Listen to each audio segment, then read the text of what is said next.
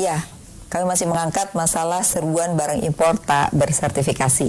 Ya, tadi kita sudah bahas mengenai konsumen cerdas. Ini menarik Pak Sudaryoatmo. Jadi sejauh mana sih sebenarnya konsumen cerdas ini sudah diikuti oleh para produsennya gitu. Memang kita masih ada yang namanya generasi baby boomers, generasi X ya.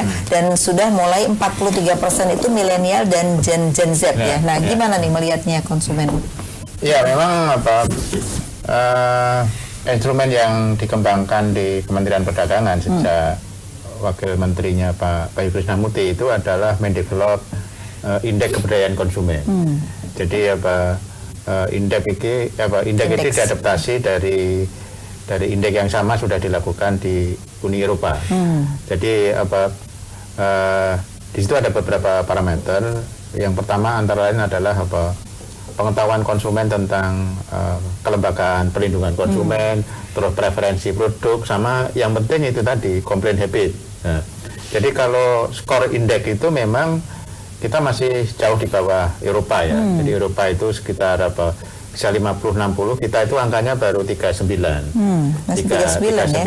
Dan dari parameter itu yang terendah itu kita di complaint habit sebenarnya. Habit, oke. Itu dari kita diam aja banyak yang dari skala 0 sampai 100 itu angkanya cuma sekitar 11%. Nah, sebenarnya complaint habit itu, jadi kalau complaint habitnya tinggi, itu sebenarnya ya tadi, dia pengetahuannya sudah bagus dan konsumen punya keberanian untuk memperjuangkan haknya. Itu yang coba dikembangkan di Kementerian Perdagangan. Tapi di era sosial media tadi itu sebenarnya ada hal yang bagus ya. Jadi misalnya kalau kita bicara aplikasi platform digital transformasi, itu kan selalu ada feedback. Nah, itu merangsang untuk konsumen untuk menilai. Jadi kalau produsennya tidak melayani dengan konsumen dengan baik, ya konsumen bisa akan langsung menghukum dia kan. Jadi ini mekanisme yang sangat bagus. Dan memang begini pengamatan YLKI itu di ekonomi digital itu memberi pengalaman baru bagi konsumen. Dan itu untuk yang muda-muda itu pasti selalu pengen mencoba. Ini yang selain tadi kalau dari catatan YLKI itu di kita ada fenomena menarik jadi salah satu dari berbagai platform digital tadi itu adalah menciptakan efisiensi ekonomi. Nah, ini kan ya kadang-kadang konsumen mau legal atau enggak, kalau dia secara ekonomi bisa lebih efisien ya pasti akan menjadi pertimbangan konsumen. Jadi tadi kemampuan adaptasi regulasi ini yang ketinggalan dengan perkembangan zaman dan efisiensi itu nggak bisa dilawan gitu loh.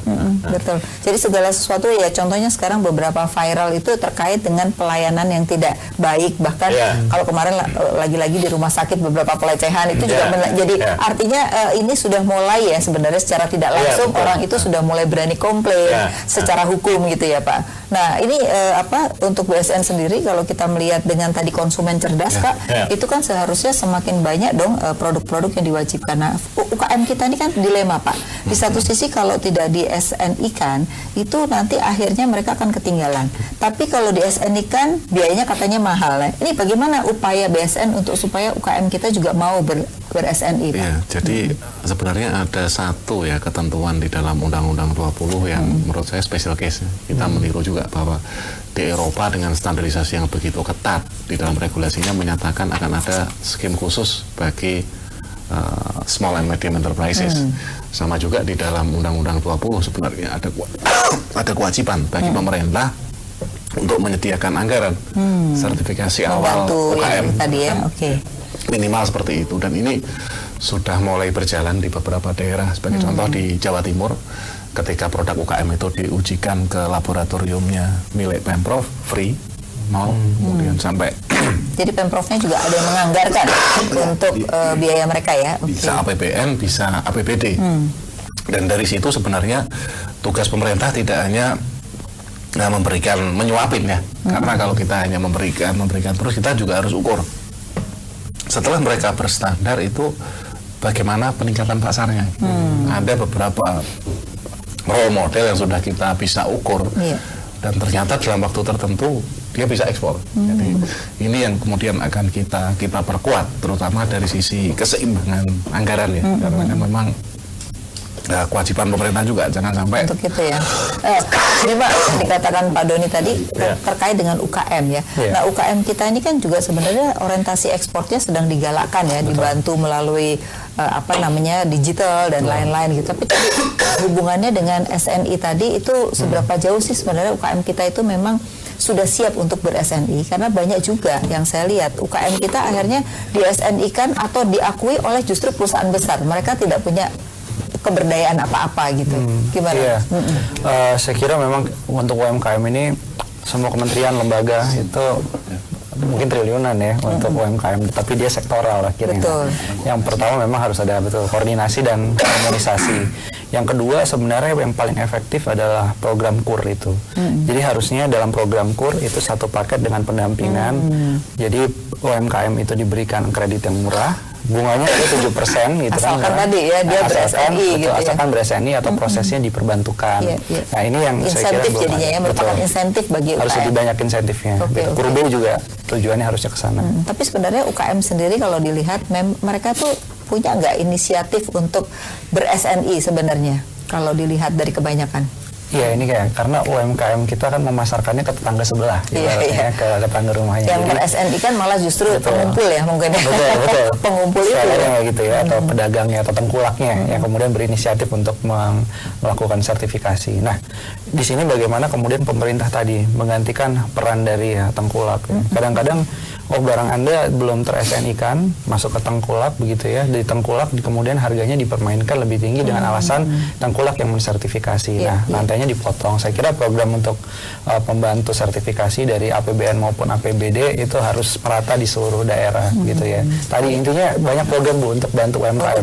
Cuman sektoral ya. Ya itu berkaitan dengan sektoral. Saya lihat di sini kan banyak kelembagaan atau kementerian ya. Kalau kita bicara SNI kan selalu orang pikirannya adalah kalau industri kan, jadi belum sampai menjadi barang jadi. Nah, kita tuh belum punya asal barang Pak. Misalnya dari barang mentahnya, setengah jadinya, sehingga kita tahu bahwa dalam barang utuh itu sebenarnya asalnya dari mana. Gimana Pak? Sudah lihat mau komentarnya? Ya memang itu terjadi di kasus ini ya, kasus kosmetik ya.